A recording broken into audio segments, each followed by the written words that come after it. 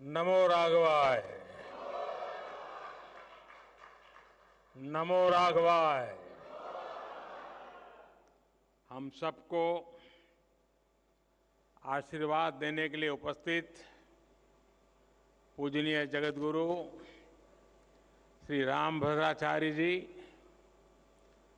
यहाँ पधारे हुए सभी तपस्वी वरिष्ठ संतगण, ऋषिगण, मध्य प्रदेश के राज्यपाल श्री मंगूभाई पटेल, मुख्यमंत्री भाई शिवराज जी, उपस्थित अन्य सभी महानुभाव, देवी और सज्जनों,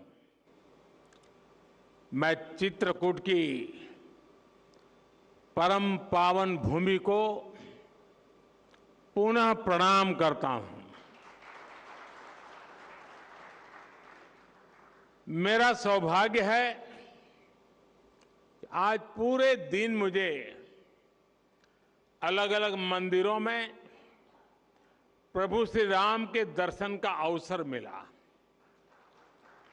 और संतों का आशीर्वाद भी मिला है। विशेषकर जगतगुरु रामभद्राचार्य जी का जो स्नेह मुझे मिलता है वो अभिभूत कर देता है। सभी श्रद्धेय संतगण, मुझे खुशी है कि आज इस पवित्र स्थान पर मुझे जगतगुरु जी की पुस्तकों के विवाचन का अवसर भी मिला है। अष्टाध्यायी भाष्य, रामानंदाचार्य चरितम और भगवान कृष्ण की राष्ट्रलीला, ये सभी ग्रंथ भारत की महान ज्ञान परंपरा को और समृद्ध करेंगे। मैं इन पुस्तकों को जगतगुरु जी के आशीर्वाद का एक और स्वरूप मानता हूं।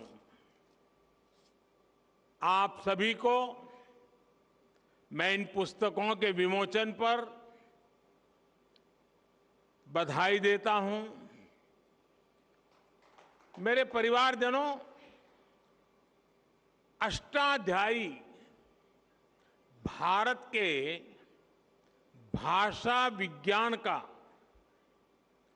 भारत की बौद्धिकता का और हमारी शोध संस्कृति का हजारों साल पुराना ग्रंथ है। कैसे एक एक सूत्र में व्यापक व्याकरण को समेटा जा सकता है, कैसे भाषा को संस्कृत विज्ञान में बदला जा सकता है, महर्षि पाणिनि की हजारों वर्ष पुरानी रचना इसका प्रमाण है।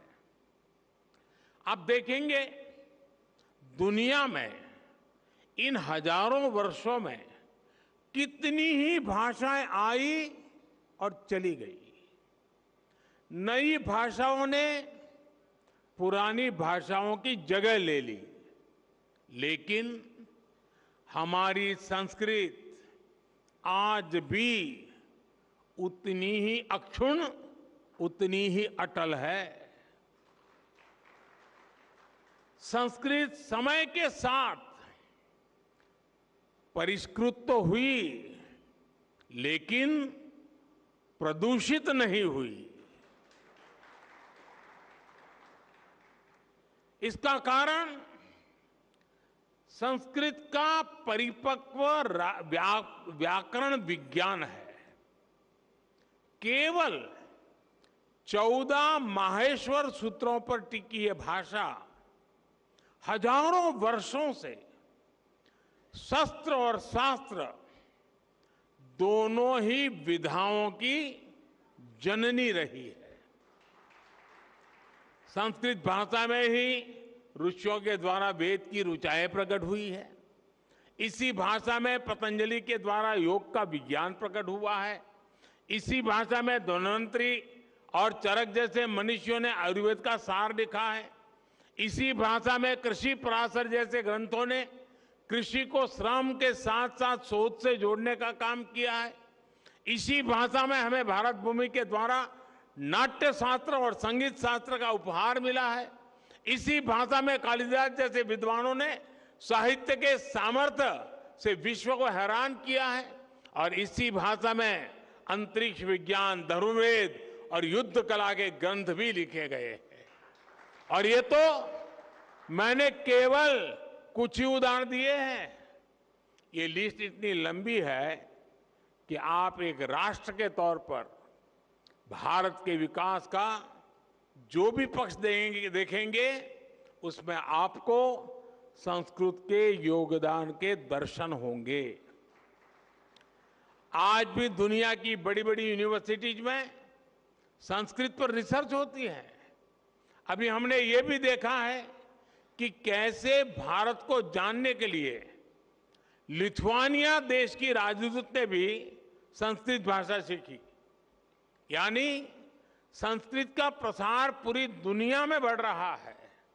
साथियों, गुलामी के 1000 साल के कालखंड में भारत को तरह तरह से जड़ों से उखाड़ने का प्रयास हुआ।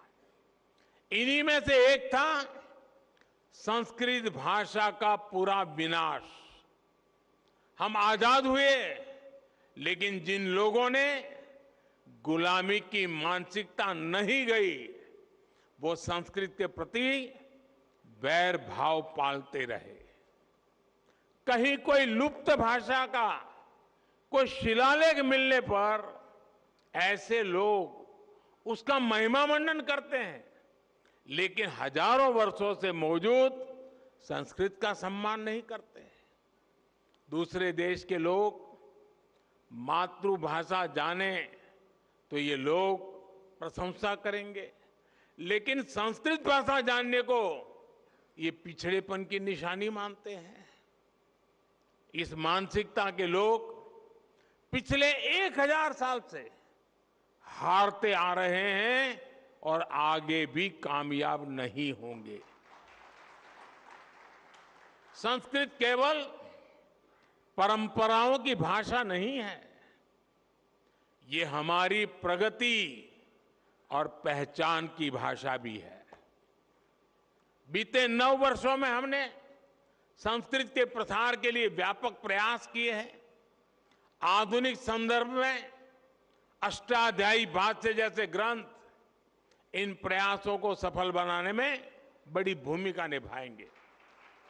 मेरे परिवारजनों, रामभद्राचार्य जी हमारे देश के ऐसे संत हैं जिनके अकेले ज्ञान पर दुनिया की कई यूनिवर्सिटीज स्टडी कर सकती है।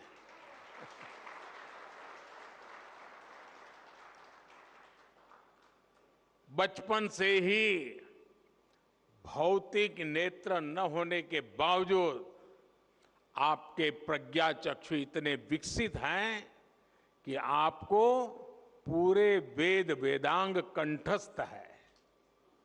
आप सैकड़ों ग्रंथों की रचना कर चुके हैं। भारतीय ज्ञान और दर्शन में प्रस्थानत्रयी को बड़े बड़े विद्वानों के लिए भी कठिन माना जाता है। जगत गुरु जी उनका भी भाष्य आधुनिक भाषा में लिख चुके हैं।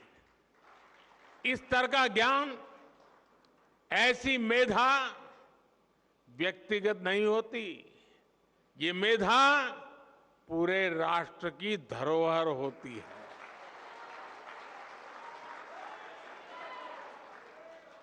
और इसलिए हमारी सरकार ने 2015 में स्वामी जी को पद्म विभूषण से सम्मानित किया था। साथियों, स्वामी जी जितना धर्म और अध्यात्म के क्षेत्र में सक्रिय रहते हैं, उतना ही समाज और राष्ट्र के लिए भी मुखर रहते हैं। मैंने जब स्वच्छ भारत अभियान के 9 रत्नों में आपको नामित किया था, तो वो जिम्मेदारी भी आपने उतनी ही निष्ठा से उठाई थी। मुझे खुशी है कि स्वामी जी ने देश के गौरव के लिए जो संकल्प किए थे वो अब पूरे हो रहे हैं। हमारा भारत अब स्वच्छ भी बन रहा है और स्वस्थ भी बन रहा है। मां गंगा की धारा भी निर्मल हो रही है। हर देशवासी का एक और सपना पूरा करने में जगत गुरु रामभद्राचार्य जी की बहुत बड़ी भूमिका रही है। अदालत से लेकर अदालत के बाहर तक जिस राम मंदिर के लिए आपने इतना योगदान दिया, वो भी बनकर तैयार होने जा रहा है। और अभी 2 दिन पूर्व ही मुझे अयोध्या में श्री राम जन्मभूमि तीर्थ क्षेत्र ट्रस्ट द्वारा प्राण प्रतिष्ठा समारोह में शामिल होने का निमंत्रण मिला है। इसे भी मैं अपना बहुत बड़ा सौभाग्य मानता हूं। सभी संतगण आजादी के 75 वर्ष से आजादी के 100 वर्ष के सबसे अहम कालखंड को, यानी 25 साल, देश जो अब उसे अमृतकाल के रूप में देख रहा है।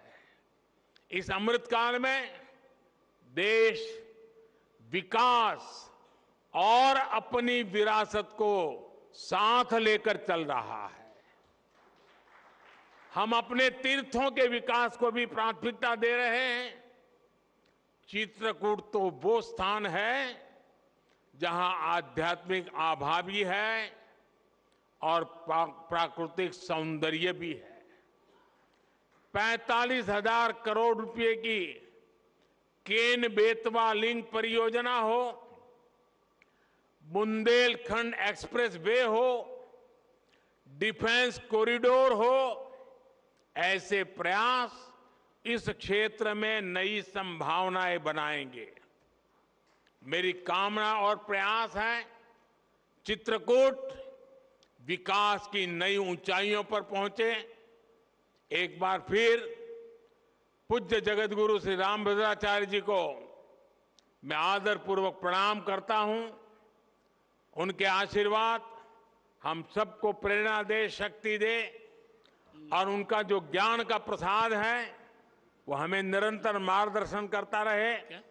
इसी भावना को प्रकट करते हुए मैं हृदय से आप सबका बहुत बहुत धन्यवाद करता हूं।